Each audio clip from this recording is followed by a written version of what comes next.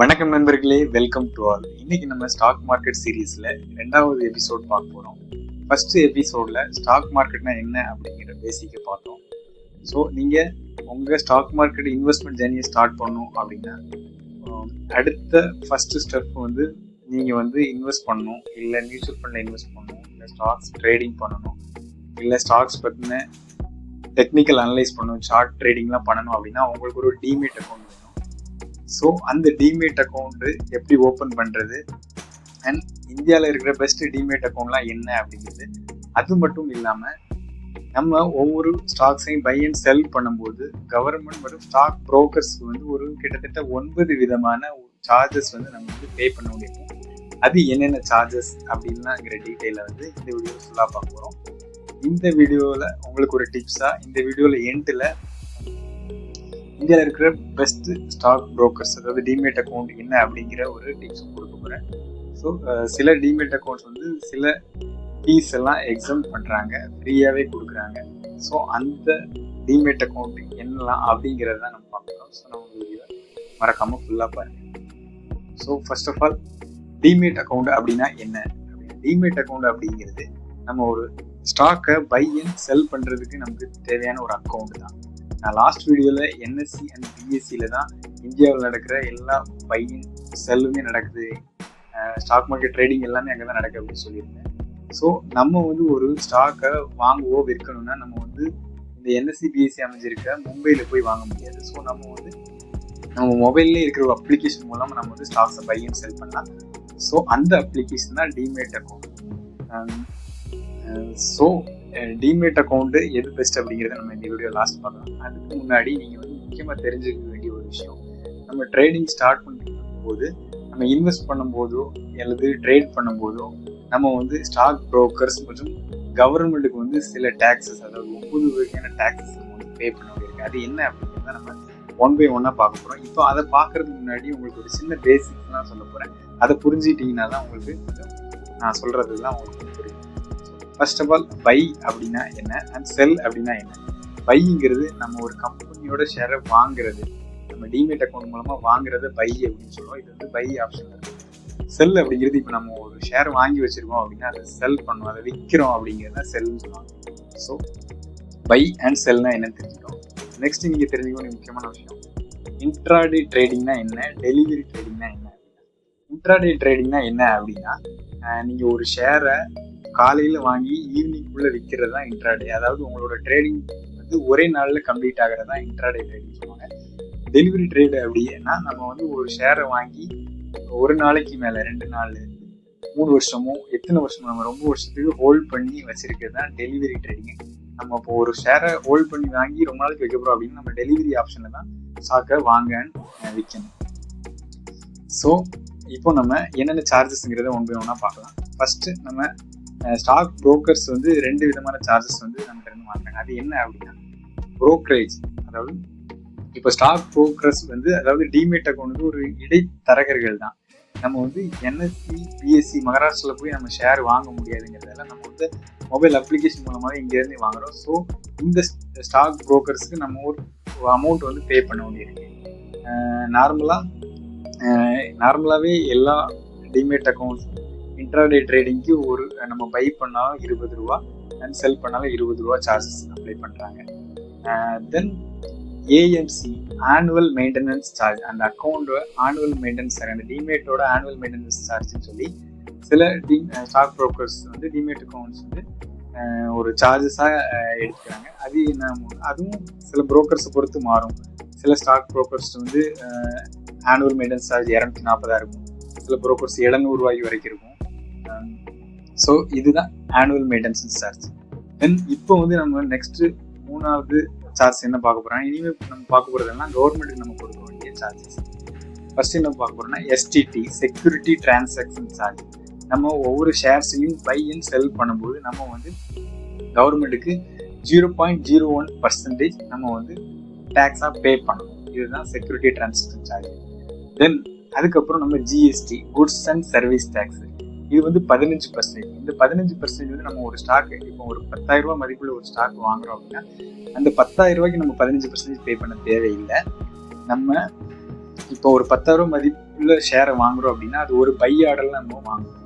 இப்போ அந்த ஒரு பை ஆர்டருக்கு நம்ம ஸ்டாக் புரோக்கர்ஸ் வந்து 20 ரூபா பே பண்ணணும்னா அந்த ஸ்டாக் புரோக்கரேஜ் எவ்வளோ 20 ரூபாய்க்கு 15%, அந்த 15% தான் நம்ம பே பண்ண வேண்டியிருக்கும். அது ரொம்பவே கம்மியாக தான் இருக்கும். Then SEBI charges, security exchange board of India அப்படிங்கிறது என்ன அப்படின்னா நம்ம இந்தியன் ஸ்டாக் மார்க்கெட்டோட பாதுகாவலர்னு கூட சொல்லலாம். இது வந்து ஒரு இந்தியன் ரெகுலேட்டரி ஆர்கனைசேஷன். இது வந்து நம்ம இந்திய பங்கு சந்தை எப்படி நடக்கணும், இதோட ட்ரேடிங் செஷன் எப்படி இருக்கணும், அண்ட் இதோட சேஃப்டி அண்ட் உண்மைத்தன்மையை வந்து நிலைநாட்டுறதுக்கு தான் இந்த செபி இருக்கிறாங்க.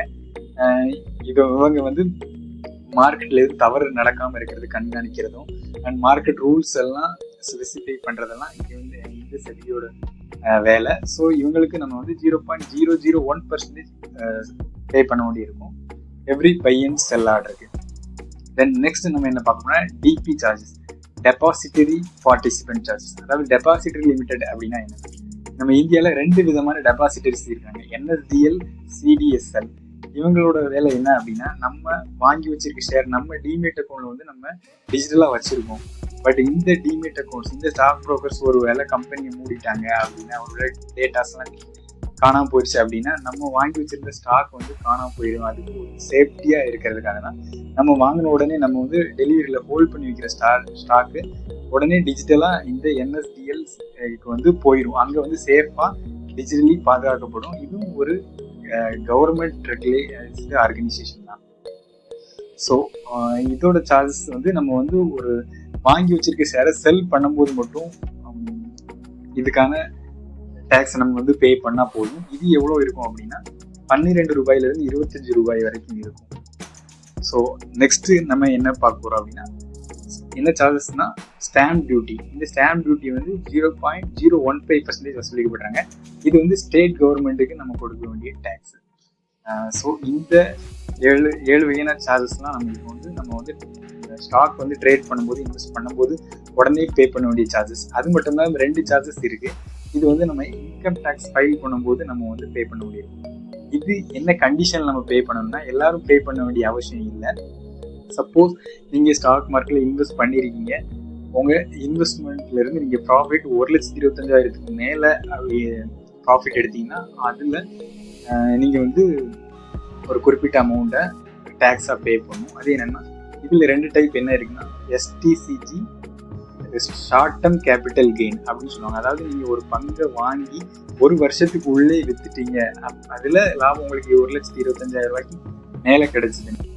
இப்போ நம்ம டிமேட் அக்கௌண்ட் ஓப்பன் பண்றதுக்கு என்னென்ன டாக்குமெண்ட்ஸ்லாம் தேவைப்படுது அப்படிங்கிற டீட்டெயில் தான் பார்க்க போறோம். ஃபர்ஸ்ட் உங்களுக்கு ஆதார் கார்டு வேணும், தென் பேன் கார்டு, அதுக்கப்புறம் உங்களோட bank account number and IFSC code, அப்புறம் உங்களோட பேங்க் ஸ்டேட்மெண்ட்ஸ், அதுக்கப்புறம் உங்களோட ஃபோட்டோஸ் 2 ஃபோட்டோஸ் இருந்தாலே போதும். நம்ம வந்து ஆன்லைன்ல இப்போலாம் ஆன்லைன்ல லிங்க் மூலமாகவே நீங்கள் 5 நிமிஷத்துல நம்ம டிமேட் அக்கௌண்ட்டை ஓப்பன் பண்ணிடலாம். ஸோ இப்போ நம்ம வீடியோவில் லாஸ்ட்டாக நம்ம சொல்லியிருந்த டிப்ஸ் பற்றி தான் சொல்ல போகிறோம். நீங்கள் உங்கள் இன்வெஸ்ட்மெண்ட் ஜர்னியை ஸ்டார்ட் பண்ணுறதுக்கு முன்னாடி ஒரு பெஸ்ட் ஸ்டாக் ப்ரோக்கரை சூஸ் பண்ணோம் அப்படிங்கிறதுக்காக நான் வந்து ஒரு இந்தியாவில் இருக்கிற பெஸ்ட் ஸ்டாக் ப்ரோக்கர்ஸ் டீட்டெயில்ஸ் தான் கொஞ்சம் சொல்ல போகிறேன். இதில் ஃபர்ஸ்ட் நான் சஜஸ்ட் பண்ணுற stock broking application demat account என்ன அப்படின்னா ஜெரோதான்னு சொல்லுவேன். ஏன்னா ஜெரோதா வந்து உங்களுக்கு என்ன ப்ரொவைட் பண்ணுறாங்க அப்படின்னா இவங்க வந்து ஆனுவல் மெயின்டெனன்ஸ் சார்ஜ் வந்து 300 rupees பே பண்ணுறாங்க உங்களுக்கு. பட் ஃபர்ஸ்ட் 1 வருஷத்துக்கு ஃப்ரீ. பட் இவங்க வந்து இன்ட்ராடே அண்ட் டெலிவரிக்கு உங்களோட ப்ரோக்கரேஜ் சார்ஜ் 0. அதாவது நீங்க ஒரு ஷேரை பை அண்ட் செல் பண்றீங்கன்னா உங்களுக்கு அந்த 20 ரூபா கட்டணமே வசூலிக்கப்படல இந்த டிமேட் அக்கௌண்ட்ல. இந்த ஜெரோதா டிமேட் அக்கௌண்ட் நீங்க ஓப்பன் பண்ணீங்க அப்படின்னா ஸோ இது யூஸ் பண்றதுக்கு நல்லாவே இருக்கும். ஒருவேளை நீங்க பிகினரா இருந்தீங்க அப்படின்னா நீங்க கத்துக்கிறதுக்கு ஷேர்ஸ் வாங்க அண்ட் விற்கிறதுக்கு உங்களுக்கு வந்து சார்ஜஸ் இல்லாததால உங்களுக்கு இது வந்து ரொம்பவே பெட்டரான ஆப்ஷனா இருக்கும். தென் அதுக்கப்புறம் க்ரோவ் அண்ட் ஏஞ்சல் ப்ரோக்கிங் இதெல்லாம் ரொம்பவே நல்ல பிளாட்ஃபார்ம். இதுலயும் ப்ரோக்கரேஜ் சார்ஜ் வந்து அப்ளை பண்றாங்க. பட் 20 rupees வந்து இது பண்ணாங்க. நான் ஏஎம்சி ஆனுவல் மெயின்டெனன்ஸ் சார்ஜ் வந்து க்ரோவில் வந்து கிடையாது. ஏஞ்சல் ப்ரோக்கிங்ல ஆனுவல் மெயின்டெனன்ஸ். இதில் மெயினாக நீங்க பார்க்க வேண்டியது என்னன்னா நீங்க அப்ளிகேஷன் யூஸ் பண்ணும்போது லேக்கன்சி இருக்கக்கூடாது. சில ட்ரேடிங் அக்கௌண்ட்ல வந்து நீங்க பை அண்ட் செல் பண்ணும்போது உங்களுக்கு சரியா ஆர்டர்ஸ் எக்ஸிக்யூட் ஆகாது. ஸோ அதனால நீங்க வந்து இந்த பெஸ்டான ஒரு ஸ்டாக் ப்ரோக்கிங் அப்ளிகேஷன் சூஸ் பண்ணணும். அது மட்டும் இல்லாமல் உங்களுக்கு வந்து இந்தியாவில் இருக்கிற top 10 stock brokers best and அவங்க என்னென்ன சார்ஜஸ் பே பண்ணுறாங்க, என்னென்ன சார்ஜஸ்லாம் எடுக்கிறாங்க, எதில் பெஸ்ட்டாக இருக்கும் அப்படிங்கிற ஒரு கம்பைன்டு பிடிஎஃப் ஃபைலை வந்து நான் நம்மளோட டிஸ்கிரிப்ஷனில் லிங்க்ல கொடுத்துருக்கேன். ஸோ இந்த பிடிஎஃப் நீங்கள் டவுன்லோட் பண்ணி நீங்கள் வந்து கம்பேரிசன் பண்ணி உங்களுக்கு எது உங்களுக்கு எது பெட்டராக இருக்குமோ அதை சூஸ் பண்ணி நீங்கள் உங்களோட டிமேட் அக்கௌண்ட் ஓப்பன் பண்ணலாம். அது மட்டும் இல்லாமல் நீங்கள் ஏஞ்சல் புரோக்கிங்ல ஏஞ்சல் ஒன்ல வந்து நீங்கள் டிமேட் அக்கௌண்ட் ஓப்பன் பண்ணணும்னு நினைச்சீங்கன்னா நம்ம டிஸ்கிரிப்ஷனில் கொடுத்துருக்க லிங்க் சூஸ் பண்ணி நீங்கள் 5 நிமிஷத்துல உங்கள் டிமேட் அக்கௌண்ட்டை ஓப்பன் பண்ணலாம். ஸோ ஃப்ரெண்ட்ஸ், இந்த வீடியோ உங்களுக்கு ரொம்பவே யூஸ்ஃபுல்லாக இருக்கும் அப்படின்னு நான் நம்புகிறேன். ஸோ இந்த வீடியோ வேற யாருக்கு உங்கள் ஃப்ரெண்ட்ஸுக்கு யூஸ்ஃபுல்லாக இருக்கும் அப்படின்னா ஷேர் பண்ணுங்க அண்ட் நம்ம சேனலை சப்ஸ்கிரைப் பண்ணுங்க. அண்ட் ஸ்டாக் மார்க்கெட் சீரீஸில் அடுத்த எபிசோடில் ஸ்டாக் மார்க்கெட்டோட அடுத்த லெவல், அடுத்த பேசிக் லெவல் நம்ம பார்க்க போகிறோம். ஸோ அந்த வீடியோவும் மறக்காமல் கண்டினியூவாக பாருங்க. So bye.